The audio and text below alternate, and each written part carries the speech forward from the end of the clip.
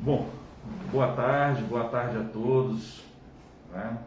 Estamos aqui começando esse bate-papo depois das eleições de 2020, né? As eleições de novembro, do dia 15, né, de novembro, que foi o primeiro turno, e consequentemente o segundo turno, que foi no dia 29, né, de novembro, né, nas cidades onde teve segundo turno, e Teresina foi uma delas. Como nós estamos num ambiente controlado, vou tirar aqui a minha máscara, e eu estou aqui acompanhado do Roberto, né? Roberto César, que nos ajudou também na campanha de 2020 e fez parte também da nossa executiva partidária. Não é, Roberto? Boa tarde, Roberto. Como é que vai? Boa tarde, tudo bem. Como você me falou, nós participamos da sua campanha nas últimas eleições. Não só foi uma experiência boa, como um aprendizado para nós. E estamos juntos, tanto nessa que passou, como nas que virão por aí, caso você venha aí a concorrer de novo. Eu que agradeço aí, Roberto, a deferência e a generosidade por acreditar na gente. Roberto, e aí? Como é que tu tá vendo aí, né? Acho que você já estava falando comigo aqui nos bastidores antes de começarmos aqui a live. Você estava me fazendo aqui algumas perguntas, mas antes de respondê-las eu vou devolver a pergunta. E aí, como é que tu tá vendo Teresina de 2021, né? Com a nova gestão no município, a cidade, como é que está você, a sua família, nesse momento de pandemia, né? Também não podemos esquecer, né, de termos ainda os cuidados devidos, evidentemente, com o uso de máscara, álcool em gel, que no meu entender é o tratamento precoce, no meu entendimento. Na verdade, Gustavo, o que eu estou vendo aqui na cidade de Teresina, eu estou vendo um pouco confusa na atual administração. Mas, assim, no meu modo de ver, eu acho que ainda está muito cedo ainda, 6 meses, né? Tem longo tempo ainda de gestão. Mas, assim, até porque tem muita gente que está chegando até a mim, os colegas, amigos, que estão sofrendo por essa questão do transporte público, entendeu? Sofrendo, mas sofrendo muito mesmo, não é pouco não. E, assim, a meu ver, nessa questão, eu estou achando um pouco confusa a situação da administração hoje de Teresina por conta do transporte público. Nas demais áreas, nem tanto, mas um peso maior hoje que eu vejo se chama transporte público. Esse para mim eu estou vendo um pouco, assim, uma problemática, digamos assim. Roberto, bom, das eleições para cá são quase 7, 8 meses, praticamente, e eu sempre me coloco, né, na reserva em relação a dar algum tipo de diagnóstico, né, em relação à gestão. Mas, como nós somos perguntados, e por sermos pessoa pública, né, por termos participado das eleições, o que eu posso te dizer, em primeiro lugar, que 6 meses era tempo suficiente para ter resolvido esse problema do transporte, ou pelo menos ter tido uma atitude de fato em relação a isso. Por quê? Porque esse problema não é de agora, né? Ele já vem se arrastando há alguns anos. É óbvio que a pandemia agravou o problema. E é óbvio que a Prefeitura de Teresina precisa dar, não é, solução a esse problema, e ao contrário de alguns poucos que dizem, a Prefeitura, os gestores, os responsáveis pela concessão, que é a municipalidade, e aqueles que estão lá gerindo a cidade, podem ser responsabilizados, inclusive, sob pena de responderem por improbidade administrativa. Por quê? Porque, como eu falei, é uma concessão pública, municipal. Esse problema já vem se arrastando. Houve diversas paralisações, nós não estamos tendo transporte de forma plena. Isso afeta não só o ir e vir da maioria da população, principalmente de baixa renda, como afeta a economia também. Porque o transporte ele de alguma forma participa também do processo econômico, levando trabalhadores, levando mercadorias, porque aqui e acolá as pessoas de baixa renda, elas se movimentam e utilizam os ônibus, inclusive, para fazer seus bicos. Enfim, é uma cadeia, né, que gira em torno também do transporte público municipal. E assim, foi dito, né, por parte do prefeito que havia, num primeiro momento, interesse de municipalizar ou de entrar uma empresa municipal. Eu vejo que uma empresa municipal, neste momento, não resolveria o problema, mas contribuiria para melhorar, para amenizar, principalmente as linhas principais, aquelas que têm o maior fluxo. Um outro momento, um jovem me perguntou assim: como é que isso seria resolvido se não há passageiros? Nesse momento, as pessoas de alguma maneira se adaptaram. Ou vão de carona, ou estão pagando caro os aplicativos, vão a pé, vão de bicicleta. Está sendo dado algum jeito, mas esse algum jeito está trazendo incômodo. Incômodo por quê? Porque sem um transporte, né, uma rotina diária de transporte, afeta, é óbvio, a vida de todos. Um ônibus passando em determinados pontos periodicamente, né, dentro daquela rotina de horário, você consegue ter uma organização plena, né, da sua atividade laboral, atividade lazer, cultural, enfim, como eu falei, é uma cadeia. Então você precisa ter sistematizado. Se nós tivermos o transporte público de Teresina pleno, é óbvio que os passageiros retornam.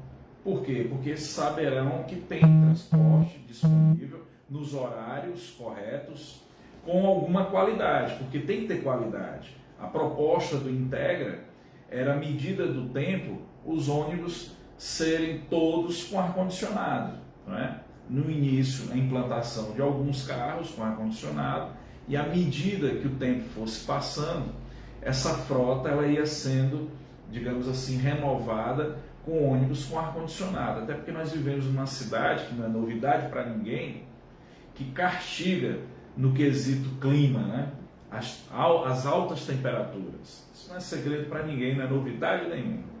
Então nós temos as paradas de ônibus, né, que no caso são as estações, climatizadas por conta desse propósito de minimizar o desconforto do passageiro ao esperar um ônibus. Agora, o que está acontecendo é que, por conta da pandemia, esse problema se agravou mais, houve uma paralisação do sistema de transporte, inclusive com um bloqueio de algumas gratuidades, como foi o caso dos idosos, e aí nós vamos falar de subsídio. Tem que ter o subsídio quando a municipalidade congela as passagens. A única maneira que se tem de não haver subsídio é a Prefeitura de Teresina colocando o preço da tarifa real, que eu acredito que ficaria na casa de R$6 aproximadamente. Não dá aqui para a gente precisar, por isso que eu estou dizendo aproximadamente. A passagem está congelada a R$4 e a meia ainda a R$1 praticamente. Então essa diferença e a diferença da inteira para dentro de uma atualização monetária por conta da inflação, não é, do reajuste dos insumos, não vem tendo a devida correção. E aí no contrato tem lá a questão do subsídio. O poder público municipal tem que bancar, não é, essa diferença. E quando não tem passageiro, o sistema tem que estar funcionando por conta da rotina. E isso tem custo. Carro rodando vazio, mesmo ele não faturando, tem seus custos, evidentemente. Óleo diesel, pneu, a depreciação, os salários dos motoristas e cobradores. Então isso precisa ser tocado na real para a Prefeitura Municipal de Teresina, porque aqui eu não estou aqui a sentenciar nem dar meu ponto de vista em relação à questão moral da relação Prefeitura e Setut, né? Porque muito se fala dessa relação que para muitos não é muito saudável, né? Para outros não tem nada a ver. Mas eu não vou entrar nessa discussão, pelo menos agora, em relação a isso, porque o que a gente precisa nesse momento é dar resolutividade para o problema. Então eu só vejo duas maneiras de se resolver esse problema. A primeira é rompendo esse contrato, rompendo o contrato atual e abrindo de forma emergencial para que outros operadores, donos de empresa ou quem tenha carros devidamente, né, regularizados, carros com qualidade para rodar, inclusive as próprias empresas que estão operando o sistema, operem emergencialmente durante 120 dias. Por que 120 dias? Porque é tempo suficiente para se elaborar um novo edital licitatório, né, uma nova licitação, e aqui vem um adendo. Essa nova licitação, na minha opinião, teria que ter a participação da sociedade, a participação de todos. Quando eu digo todos, é o usuário, tendo alguém representando os usuários, as empresas, o poder público municipal, o Ministério Público, enfim, as entidades organizadas da nossa sociedade poderem participar dessa construção. Porque aí a prefeitura também se exime, digamos assim, não é que ela deixaria de ser responsável, ela continua sendo responsável pelo transporte público municipal, mas se eximiria nos quesitos insatisfatórios. É claro que ninguém agrada a todos, mas chegaria a um bom termo diante da maioria que estivesse participando dessa discussão para a elaboração desse novo edital. E aí, dos 120 dias, abriria uma nova licitação. Ah, Gustavo Henrique, vai ter demanda na justiça. Bom, a justiça ela existe para aferir, né?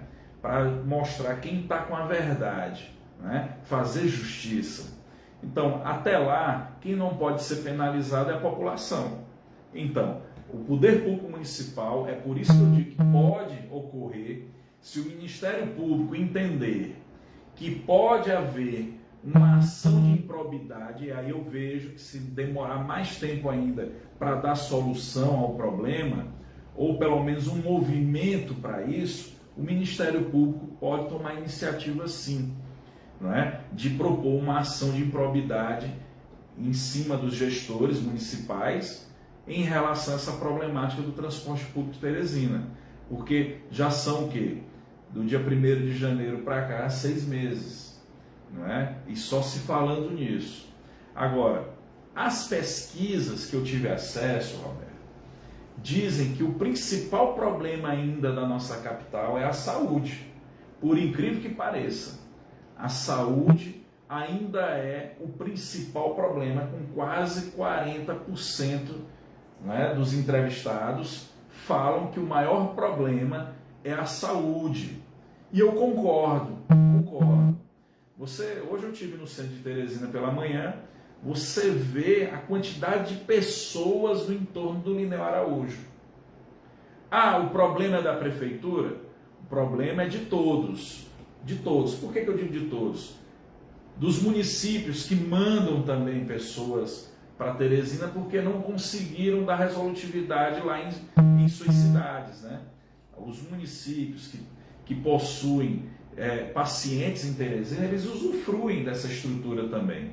Mas quando você vai para os bairros, e aí o principal ponto de serviço da saúde pública municipal são a saúde básica. É a porta de entrada ao sistema, né, do SUS. Então, as unidades básicas de saúde, os postinhos, os famosos postinhos, é quem dá esse primeiro atendimento. Existem os médicos da família, existem aquelas pessoas que fazem os acompanhamentos às famílias, né, nos bairros, não só na zona urbana, mas rural de Teresina, que é muito grande. Você acha que isso agravou durante a pandemia, Gustavo? Sim, agravou, porque deixou-se de ter os atendimentos eletivos, né? E alguns atendimentos eletivos acabaram se agravando. Cirurgias que poderiam ser adiadas por 1 mês, 2 meses, a pessoa que deveria ter feito essa cirurgia, algumas pessoas, para não dizer muitas, né, tiveram problemas, né, porque o problema evolui, deixa de ser eletivo para uma questão grave, né, de urgência. Aquilo que poderia se esperar há pouco tempo não pode esperar muito tempo, é óbvio. Então, é claro que agravou. Agora que o ritmo está voltando, né, os atendimentos eletivos, as pessoas estão voltando para as unidades básicas de saúde para serem, digamos assim, atendidas, né? Dá início, dependendo do problema de saúde, entrando no sistema para dar vazão, né? Dentro das especialidades, dentro do que for necessário para o atendimento, não é, do cliente, né, do paciente. Agora, quando você falou aí para mim da questão de estarmos aí juntos nos futuros embates eleitorais, eu estou muito ainda, eu ainda estou analisando ainda as eleições de 2020, não é? O grupo do qual nós fizemos parte, um grupo em sua maioria muito bom, pessoas de bem. É claro que aqui e acolá um ou outro descambou, achando que uma eleição resolveria seus problemas de vida, e não é bem assim, não é? São situações pontuais, mas alguns que se dispuseram até comigo mesmo, já vieram me pedindo desculpas, né, em relação a essa questão eleitoral, porque estressa bastante, mas eu costumo dizer que mesmo com o estresse, nós temos que ter a devida cautela para nós não cometermos injustiças, né? É muito grave as injustiças, porque palavras lançadas ao vento, elas não voltam, né? E isso às vezes atinge, infelizmente alguns atacam inclusive a honra, e isso não é bom para ninguém. Eu particularmente não uso desse expediente, né? Eu não uso. E meu posicionamento em relação à Prefeitura Municipal de Teresina, de forma política, eu ainda vou aguardar um pouco, não tenho nada, não participo da administração municipal, tá? Nós não temos uma indicação, deixar bem claro aqui para quem está nos assistindo, o que nós queremos e torcemos é para que a cidade dê certo, temos ideias, não é? Nós já disponibilizamos diversas ideias, não só nessa gestão, mas como na gestão anterior. Nós colocamos algumas ideias, algumas foram acatadas de pronto na gestão anterior. Nesta nós apresentamos algumas ideias, ainda não foram implementadas, não é? Bom, é claro, isso é uma questão pessoal de fórum íntimo, né, dos gestores, evidentemente, mas nós vamos continuar andando em Teresina, Roberto. Eu, particularmente... O quadro administrativo hoje na Prefeitura de Teresina, na sua avaliação, o que é que você acha desse quadro administrativo do prefeito Dr. Pessoa? Olha, as pesquisas dizem, né, um sentimento, e eu acredito nesse sentimento, né, porque a gente está vendo. É interessante até essa analogia que eu vou fazer. No parlamentarismo, nós temos o chefe de Estado e o chefe de governo, né? Por exemplo, na Inglaterra nós temos o chefe de governo, né, e o chefe de Estado. Quem é o chefe de Estado? É a Rainha Elizabeth. Ela representa a nação, ela é o cartão de visitas, ela representa o país, né, principalmente externamente. Ela faz as relações públicas do país. Agora, o chefe de governo é o primeiro-ministro. O primeiro-ministro, Boris Johnson, que é o atual primeiro-ministro, é quem, na verdade, governa, né? Quem administra o país. É claro que existem responsabilidades da rainha. A rainha ela pode dissolver o parlamento, tem algumas atitudes, mas para chegar a essas atitudes extremas, o governo tem que estar muito mal, muito ruim, para ter novas eleições, para haver uma nova composição parlamentar, para se escolher um novo primeiro-ministro, que tem mandato, né? O mandato, ele findando, tem outras eleições, ele pode ser reconduzido ao cargo novamente ou não. Aqui em Teresina, pelas pesquisas e pelo sentimento que nós temos colhido também de forma pessoal, pelo que nós estamos vendo, nós temos o chefe da municipalidade e o chefe administrativo. Quem é o chefe da municipalidade? Que está representando a Prefeitura de Teresina, por estar andando indo a eventos, não é? Dos mais variados, que é salutar, é saudável, é importante, não é? Indo nas comunidades. É o doutor Pessoa. Ele é o prefeito, não é? De direito, mas ele está como se estivesse simbolicamente representando o município nas comunidades, conversando, trocando ideias. Mas as ações executivas, quem faz praticamente é o vice-prefeito.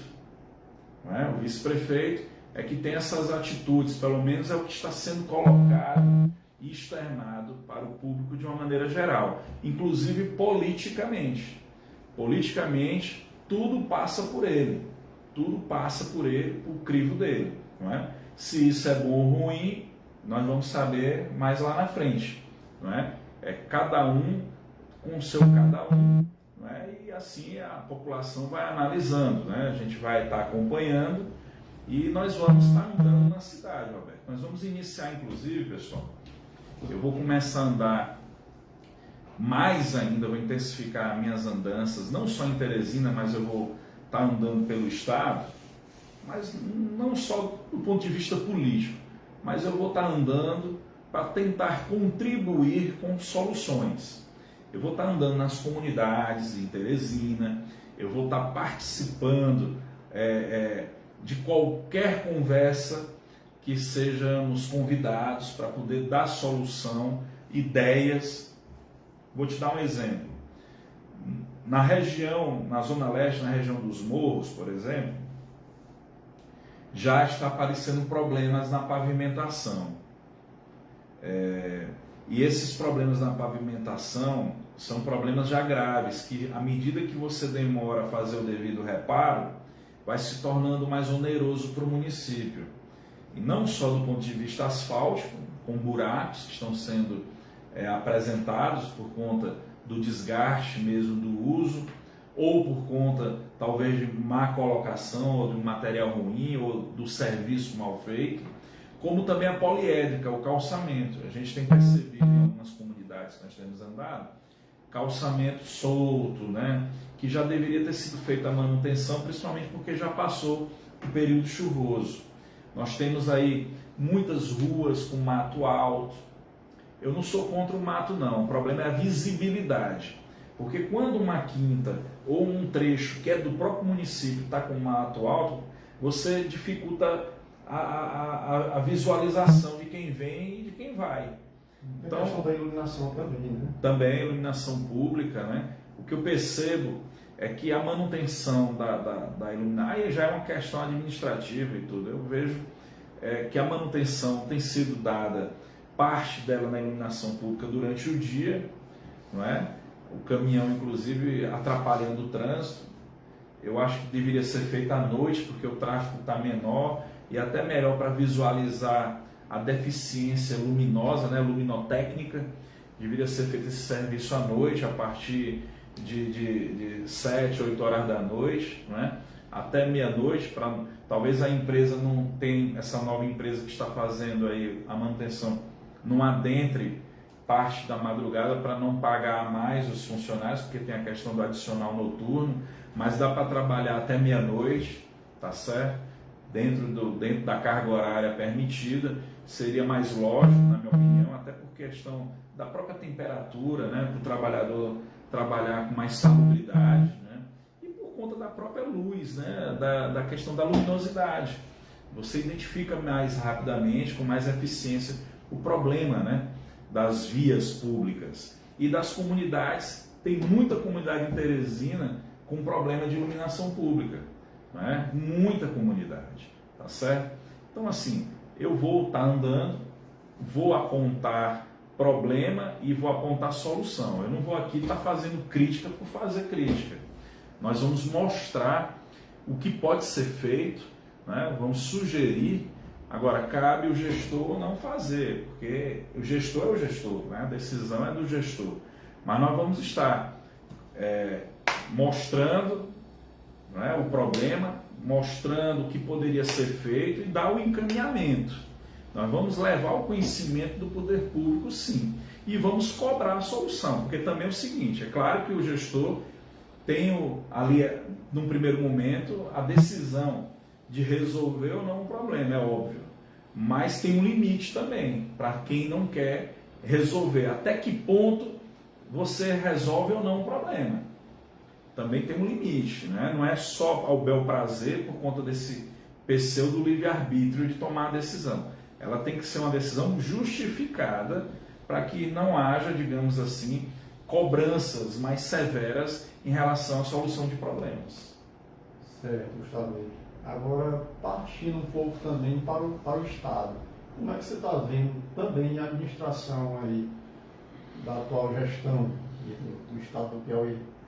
Roberto? E para pegar o gancho logo também, eu queria saber também a nível nacional, a sua avaliação. Bom, vamos partir aqui para o nacional primeiro. Não é segredo para ninguém que nós contribuímos, né, para ajudar na vinda, né, do atual presidente ao Piauí em 2017. Né, tivemos assim uma relativa relação de comunicação com o presidente até os idos de 2018. Eu vejo que é um governo com ilhas, né? O maestro, ele não está ali, ele só se comunica com os ministros de acordo com a conveniência ou a problemática.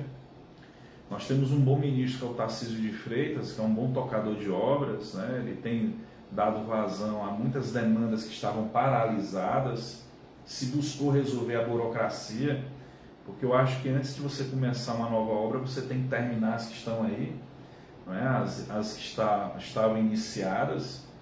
Nós temos aí um ministro da Economia que, no meu entendimento, veio do mercado financeiro, a experiência dele, ele trouxe pessoas desse mesmo mercado financeiro para trabalhar no super Ministério da Economia. As coisas não aconteceram na velocidade que talvez ele desejasse e muitos desses colaboradores desembarcaram do governo porque realmente não houve avanços na pauta de privatização no Brasil. Quero deixar claro que eu não sou privatista, mas também não sou estatizante. Eu acho que o Estado brasileiro precisa sim de algumas empresas até para regular mercado e para poder, por uma questão de justiça social, dar retorno para a sociedade também.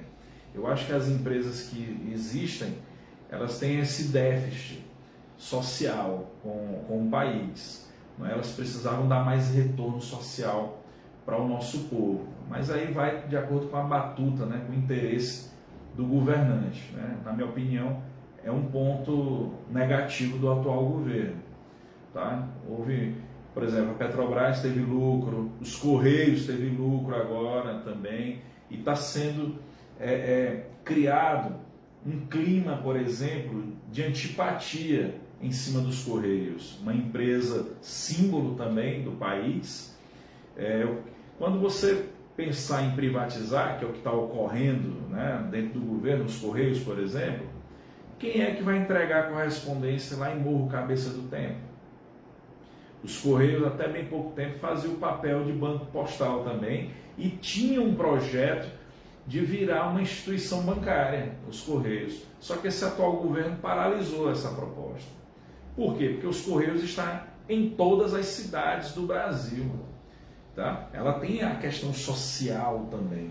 Então, assim, houve agora interesse na diminuição de agências de atendimento. Nós só temos 6 na capital, foram fechadas 13 agências. Isso dificulta o acesso da população aos serviços oferecidos pelos Correios. E diga-se de passagem que durante a pandemia cresceu bastante o sistema de entrega, né, por encomenda, e os Correios têm uma logística invejável em relação a muitas empresas. Então, assim, está se criando um clima para que a população fique chateada com os Correios para poder criar um ambiente de privatização da empresa de Correios e Telecos, que na minha visão é premeditada, inclusive. E aí deu lucro, né? Deu um lucro de mais de um bilhão de reais os Correios, que esse lucro poderia parte desse lucro para investimentos na própria empresa, para melhorar a qualidade dos serviços, e também um retorno social, com programas, não é, que beneficiasse a população mais carente. E o próprio incentivo ao esporte, à cultura, que até bem pouco tempo tinha. Os Correios patrocinavam, não é, muitas modalidades esportivas. E o que houve agora nesse governo foi um retrocesso, que eu acho uma injustiça até. Tá? Não foi o problema da corrupção, você patrocinar a natação, o basquete, enfim, várias modalidades esportivas que precisavam ser incentivadas. Agora, poderia sair da elite esportiva e vir para a base, né, da pirâmide, com programas regionais que incentive o jovem a ingressar no esporte, né, que ajude, por exemplo, com bibliotecas comunitárias e com o advento da internet, é óbvio, né, da comunicação via internet, essas bibliotecas comunitárias, não só com livros físicos, mas acesso, não é, ao computador, ao notebook, ao tablet. Você poderia avançar nesse quesito educacional / cultura, entendeu? Então eu acho que tinha como se fazer. Aí veio esse processo da pandemia. E aqui eu faço duras críticas. Eu acho que o governo federal... entrar na questão aí que você falou de privatização, que o governo federal disse que não privatiza nem Caixa Econômica Federal e nem Banco do Brasil. Assim eu vi. Não é verdade. Não é verdade. Eles tinham interesse de privatizar. Deixa eu ver aqui. Vamos lá. Hoje na Caixa Econômica tem um grande problema que está virando até uma situação de negócio. Tem gente vendendo lugar em fila na Caixa Econômica Federal. Por exemplo, aqui na Zona Sul tem uma agência da Caixa que ela está girando quarteirão, fazendo um C. Entendeu? Eu queria saber, você, Gustavo Henrique, não só na pandemia, isso agravou, mas bem antes mesmo, já existiria um problema dentro já que você falou dos Correios... Roberto, mas essa questão de venda de vaga de fila é uma questão que a pessoa que está lá na fila vendo isso devia chamar a polícia. Não, eu estou dizendo que é um problema que poderia ser organizado lá de dentro. Não. Tem uma lei da fila... Tem uma lei da fila que o cliente não pode demorar mais do que alguns minutos para ser atendido. O que cabe aos órgãos de fiscalização fazerem seu papel. Quais seriam eles? O PROCON, o Ministério Público, né? A Prefeitura Municipal, porque também a lei é municipal, ela fazer as vias, punir, multar. E uma das penalidades, para quem é reincidente várias vezes, é a cassação do alvará. Entendeu? Então, empresas que... não é só o banco, não é só a Caixa, tem vários bancos aí, enfim, que tem esses problemas de fila, e outras empresas também. De venda de fila, tudo bem. Agora, a fila em si, se há venda de vaga, Roberto, é porque tem alguém que compra. Qual é a verdadeira solução, na sua opinião, para resolver o problema? Mais agência? Privatizar? Melhorar a qualidade do serviço? A Caixa Econômica, o Banco do Brasil, é outra empresa símbolo, porque ela veio, né, ainda na era ainda colonial, foi criada por Dom João VI, né, pai de Dom Pedro I. O primeiro banco do Brasil é o Banco do Brasil. Então tem um contexto histórico. Eu acabei de falar aqui que nós precisamos de empresas para contribuir na regulação de mercado. E o Banco do Brasil e a Caixa Econômica tem uma questão social, né, para fomentar o desenvolvimento, né, dar mais crédito, colocar dinheiro para circular, oferecer condições para que o empreendedor, o trabalhador, consiga atravessar crises, coisas que o banco privado ele pode até fazer, porque alguns bancos privados fazem, mas são mais restritivos, Então, o que eu vejo assim, a Caixa Econômica andou vendendo aí algumas subsidiárias, né? Se eu não me engano, a área de seguro andou mexendo nisso, o Banco do Brasil também. Agora, foi uma venda por quê? Se dava lucro. É como eu te falei, as empresas que dão lucro, ela também tem que ter o retorno social, porque elas têm o dinheiro para reinvestir na melhoria do trabalho, né, ali dos serviços, na qualidade dos serviços, que passa também pela valorização dos funcionários, dos trabalhadores, mas também podem ajudar na melhoria da qualidade de vida do povo, entendeu?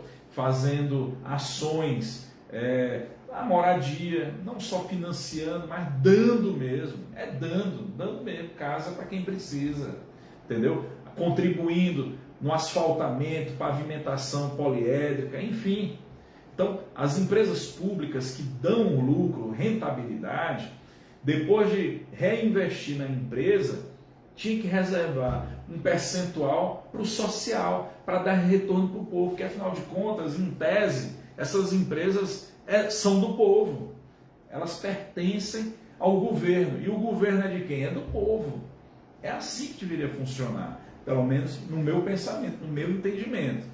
É utopia? Não é utopia. Falta gestão nesse sentido, uma orientação para que essas empresas que dão lucro, tenham uma participação social maior, contribuam mais para a nossa sociedade. Coisa que a gente, ao meu ver, eu não estou vendo, porque até para ajudar se torna uma coisa difícil, porque tem um auxílio, e esse auxílio ele tá servindo de uma maneira, de um estresse tão grande, que eu vejo muita gente reclamando, cara. Por conta de quê? Por conta, sei lá, uma falta de organização deles. Olha, tem um aplicativo chamado Caixa Tem, né, que lançaram aí, você receber esse auxílio aí. É o que mais as pessoas estão reclamando, é que esse Caixa Tem, ele não está entrando de forma alguma essa atualização. Ou seja, está indo aglomerar lá na Caixa Econômica, quer dizer, fazendo assim um pânico. Mas o que na frente da Caixa Econômica. Por isso que está havendo essa situação de negócio lá na frente da Caixa, de todas as áreas. Mas cada caso é um caso, Alberto. Eu também flagrei pessoas que trocaram de celular, aí baixa o aplicativo, o celular não é reconhecido, porque o Caixa Tem foi liberado para aquele determinado celular. Claro. Aí tem que voltar lá na agência para liberar. Mudar o dispositivo. Isso. Muita gente. Mas a grande maioria esmagadora, não. Eu não posso dizer que seja uma maioria esmagadora, acho que só fazendo uma pesquisa para poder a gente apontar. Agora, o problema existe, mas é como eu te falei, tem que ter aí uma cobrança maior das autoridades, principalmente das sanitárias, em relação, por conta da pandemia. Nós só teremos um nível de segurança social em relação à pandemia quando 70% da população estiver vacinada. Até lá nós temos que manter os cuidados, esse distanciamento, usar máscara, o álcool em gel, tá? Como eu disse, por nós estarmos num ambiente controlado aqui, eu estou aqui a conversar contigo um pouco mais à vontade, que disponho de álcool em gel também, não estou conversando frontalmente com você, mas só teremos um nível de segurança quando chegarmos a 70% de vacinados. E aí, continuando a falar em relação ao governo federal, vem essa questão da pandemia, que eu acho que o governo federal perdeu o bonde aí. O governo federal tinha que ser o maior coordenador, né? No meu entendimento, quando você tem uma doença nova, e isso eu falei numa live no ano passado, em abril, maio, se não me falha a memória.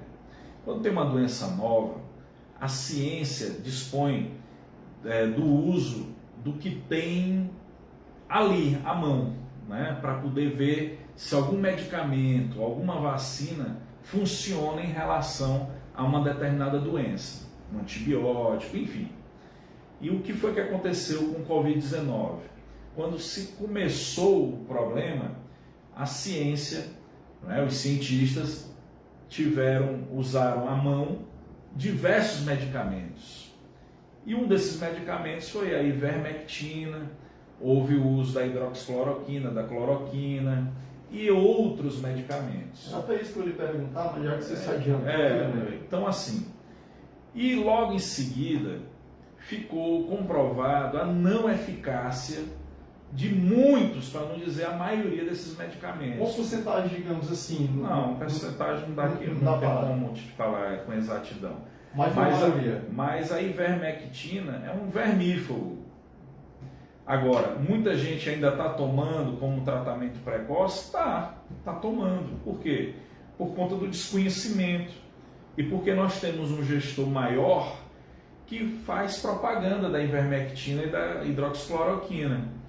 Tá certo? Que não são medicamentos eficazes. Ele até disse agora, recentemente, que ficou bom com aquilo ali. Não, ele deu, na minha opinião, eu não sou médico, mas pelo que eu já pesquisei, que eu já vi na prática, ele, como muita gente, deu sorte. Tomou, não teve nada, passou o processo de infecção, sobreviveu. Mas isso não pode ser dado de eficiência de algo que a ciência diz que não tem eficiência. O próprio laboratório da ivermectina está lá. Você que está me assistindo, por favor, ponha lá no Google, laboratório da ivermectina diz que não há eficiência. Aí vai entrar numa matéria, né, do próprio laboratório que produz a ivermectina, onde o próprio laboratório diz que não há eficácia. Agora, ela não está reclamando. Por quê? Porque está faturando. O cidadão está indo na farmácia, na drogaria, comprar. Entendeu? Está se comprando. Agora, tem gente que diz que eu me senti melhor. Talvez estivesse há muito tempo sem tomar remédio de verme. E aí fica melhor mesmo, né? Porque matou muitos parasitas que estavam lá, não é, a gerar problemas de saúde, né, para muitos indivíduos. Então, assim, o Covid, quem pegou, o tratamento precoce é isso aqui, é máscara, álcool em gel, devido distanciamento, né, mínimo, tá?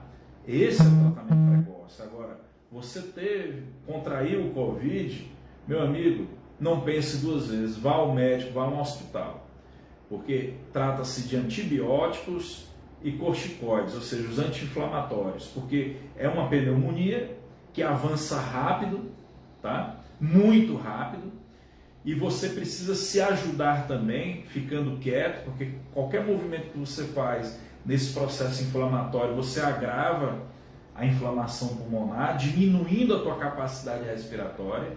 Agora, é correr logo, não é esperar ficar com 30%, 40%, 50% do pulmão comprometido, não.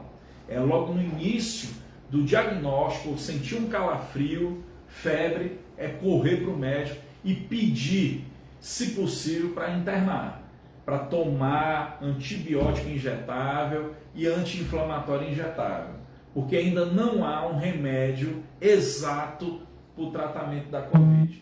E o outro tratamento precoce é a vacina, que está aí andando a passos lentos, mas está andando, não é? Nós tivemos a boa notícia do dia de hoje, que nós teremos aí muitas doses disponíveis de vários fabricantes, de vários fármacos, né? De vários laboratórios, a Pfizer, a Janssen, a Coronavac, enfim, vai se iniciar um processo de vacinação um pouco mais acelerado durante esses próximos dias. Espero que as pessoas tenham a consciência de se vacinarem também, porque o tratamento precoce, como eu falei, é máscara, álcool em gel, distanciamento e vacina. Vacina, que é a outra falha do governo, ter entrado na fila tardiamente. Eu não estou inventando. Quanto foi agora pauta na CPI, né? Ficou comprovado que o ex-ministro Pazuello, recebeu vários comunicados de negociação com a Pfizer. Nós poderíamos já ter começado a vacinação, dezembro para janeiro já teríamos iniciado, desencadeado esse processo de vacinação. Eu queria entrar com outra pergunta, Gustavo, era exatamente isso aí. Por que algumas personalidades, inclusive do governo, dá praticamente a vida ao defender exatamente a medicação que você acabou de citar aí? E outra, por que eles defendem tanto essa imunização de rebanho? Tem muita gente que não entende isso, ou pelo menos alguns eu vi falando a respeito de imunização de rebanho. Explique aí o que é verdadeiramente uma imunização de rebanho. Porque tem muita gente que não sabe. Vamos separar aqui as coisas. Existe o fundamentalismo radical, O fundamentalismo radical é aquele fundamentalismo pessoal. Às vezes, a grande maioria sabe que está errado, mas por uma questão pessoal, sustentam aquela posição delas, que no meu ver é uma grande ignorância. Muito conformismo. Um conformismo, entendeu? Em relação a reconhecer que está errado. Por quê? Porque já levou para o lado pessoal o confronto de ideias com alguém, ou com grupos, ou com organizações, instituições. E isso é um erro grave. É um erro grave. Esse extremismo existe tanto à direita como à esquerda, né? Falando aqui do ponto de vista ideológico. Até porque o presidente da República, na verdade, nós temos que deixar claro isso. Ele não é de origem de direita, não.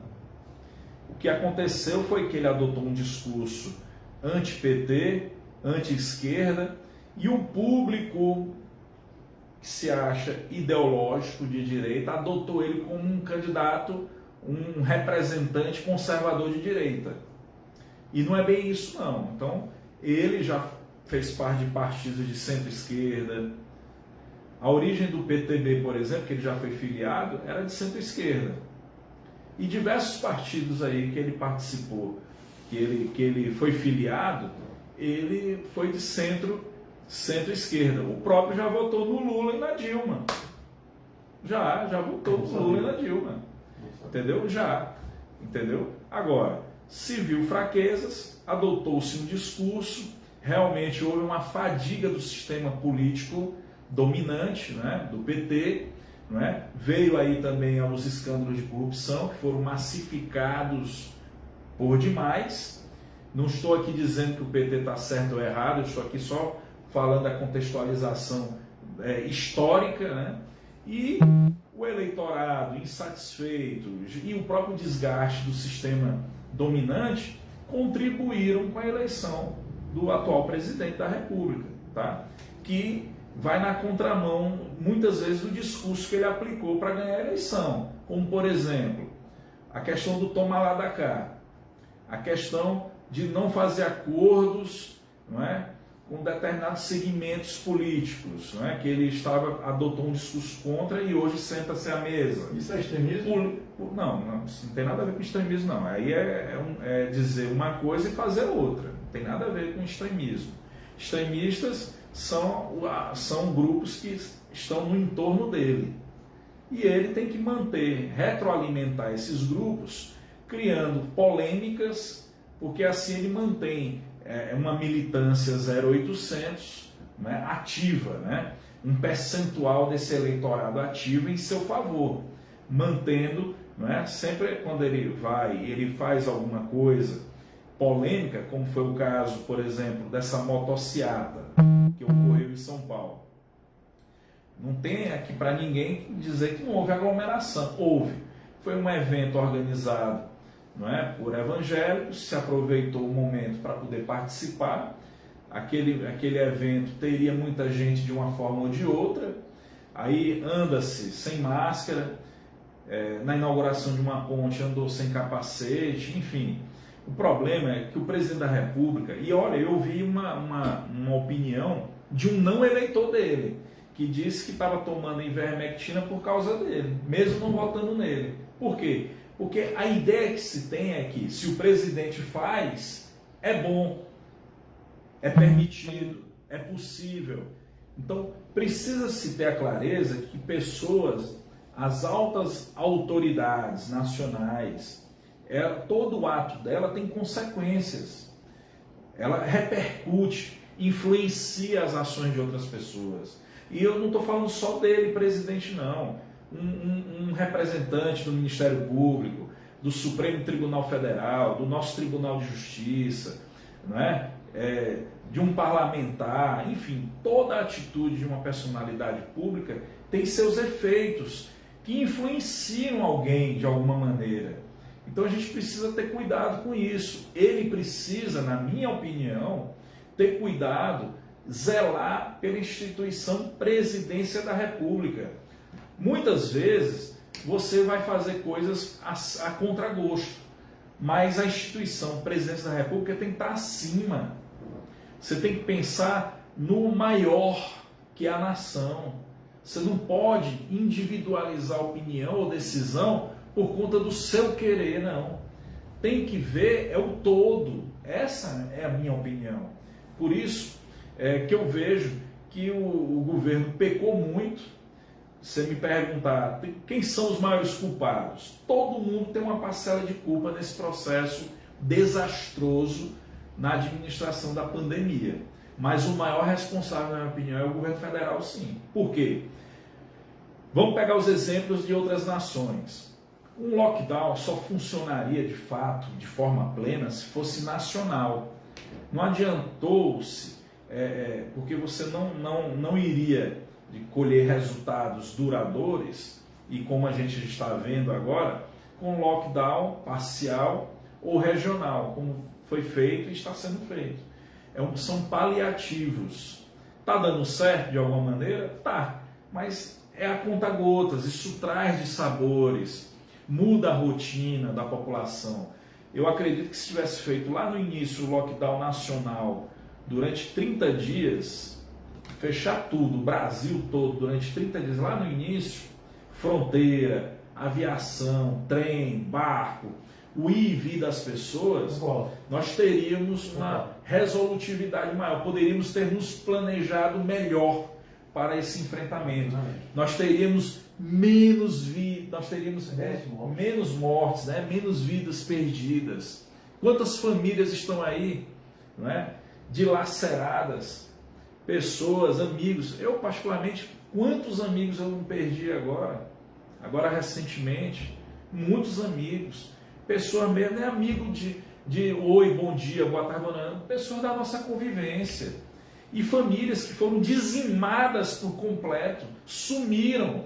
Olha, são mais de 500 mil pessoas mortas oficialmente, porque eu tenho certeza, convicção que os números são bem maiores, porque muita gente está morrendo por aí e não é notificado por Covid, não é notificado. Ah, Gustavo, está querendo dizer que as pessoas não morrem de outras coisas? Claro, gente, mas a forma como foi administrada essa crise sanitária beira, na minha opinião, omissão, beirando a atitude criminosa. O Ministério da Saúde não está dando números.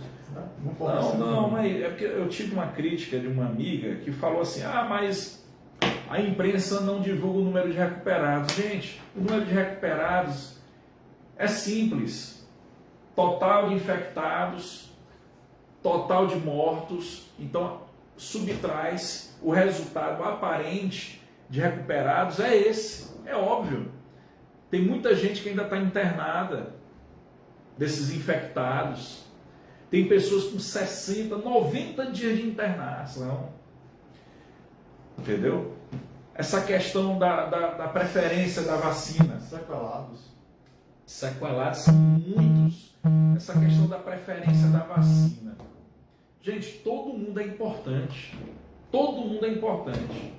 Agora, eu sempre defendi que a prioridade deveria ser a idade.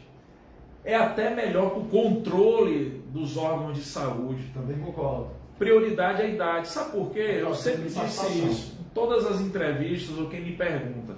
Porque na hora de escolher no leito de UTI, quando não tiver vaga e tiver assim uma fila grande por leito de UTI, surgir uma vaga, o médico vai dar preferência para o mais novo e para a UTI. E olha, que isso não é garantia de salvar a vida do mais novo, não. Aquele cidadão mais velho poderia até sobreviver na UTI, recuperar-se em relação ao jovem, mas é por conta dos dados estatísticos. Olha o caso aqui em Teresina, daquele idoso de 104 anos que venceu a Covid. Não chegou nem a ser entubado. Tá vendo que maravilha? Que bênção, né? A família desse senhor vai tê-lo ainda por mais algum tempo. Graças a Deus. Mas como é que a gente adivinha? Não tem uma bolinha de cristal, não existe uma maquininha para dizer esse vai viver, esse vai morrer. Não, na fila da UTI a preferência vai ser pelo mais jovem. Por isso que eu digo, a prioridade deveria ser sempre... Aí eu vou fazer aqui só um parêntese. Os agentes de saúde, é óbvio, teriam que ser vacinados, claro, porque estão ali na linha de frente. mas a idade. Porque o cobrador, o motorista de aplicativo de ônibus, o padeiro, o caixa, todo mundo, na minha opinião, é importante. Importante. Eu sou, você é, meu filho, enfim. Agora, como não há vacinas em abundância, não há muita oferta, tinha que seguir era a idade. Já teríamos avançado nisso há mais tempo. Por quê? Porque haveria uma regularidade, todo mundo estaria esperando, com tranquilidade, entre aspas, mantendo os devidos cuidados, aguardando sua idade. E não esse cabo de guerra. E a politicagem, porque para mim é uma politicagem, vereador, deputado, colocar em pauta, com tanto problema também, o Estado, a cidade, o país, não é? Criar prioridades. Toda hora você olha aí, abre aí um site de notícia, um jornal, foi aprovada a prioridade da categoria tal. Não, gente, isso aí é uma média político-eleitoral, na minha opinião. A prioridade tem que ser, na minha visão, a idade, tá certo? E aí, como eu falei, foi um pecado enorme de gestão a nível nacional. Esse ministro, na minha opinião, está demorando muito no cargo por conta da CPI, porque ele vai na contramão dos dizeres do presidente da República, porque se demite o Queiroga agora é um problema. Mais outro ministro demitido. Então, a CPI, por um lado, deu uma freada, mas o presidente a todo momento vai na contramão do que as autoridades sanitárias, a ciência diz. Isso não é questão de ser de direita ou de esquerda, é questão de ciência. Olha o Boris Johnson. O Boris Johnson, primeiro-ministro da Inglaterra, que eu falei aqui ainda há pouco, não é? Ele era um negacionista. Aí ele pegou, quase morre. Ele se emocionou ao falar dos profissionais da saúde. Ele foi tratado em um hospital público. Agora, o sistema de saúde pública da Inglaterra, não estou dizendo aqui que seja melhor ou não do que o do Brasil, eu digo que ele foi para a estrutura pública e foi tratado pelos profissionais da saúde pública e se emocionou e abraçou a causa. A Inglaterra fez um lockdown nacional, né? Então ele incentivou o lockdown, passou a defender, né, os protocolos sanitários, o distanciamento, o uso de máscara e a vacina, né? Vacina. Nós temos é que vacinar o povo, correr atrás de mais vacinas. Eu penso assim. E eu vou fazer aqui só uma questão, um parêntese de justiça. Se não fosse o governo do estado de São Paulo correr atrás da Sinovac, nós não teríamos começado a vacina. Nós teríamos começado sim a vacina mais tarde ainda. Não é? Nós tivemos a primeira vacina aplicada no Brasil foi a da Coronavac. Então, teve essa iniciativa do governo de São Paulo, questão de justiça, entendeu?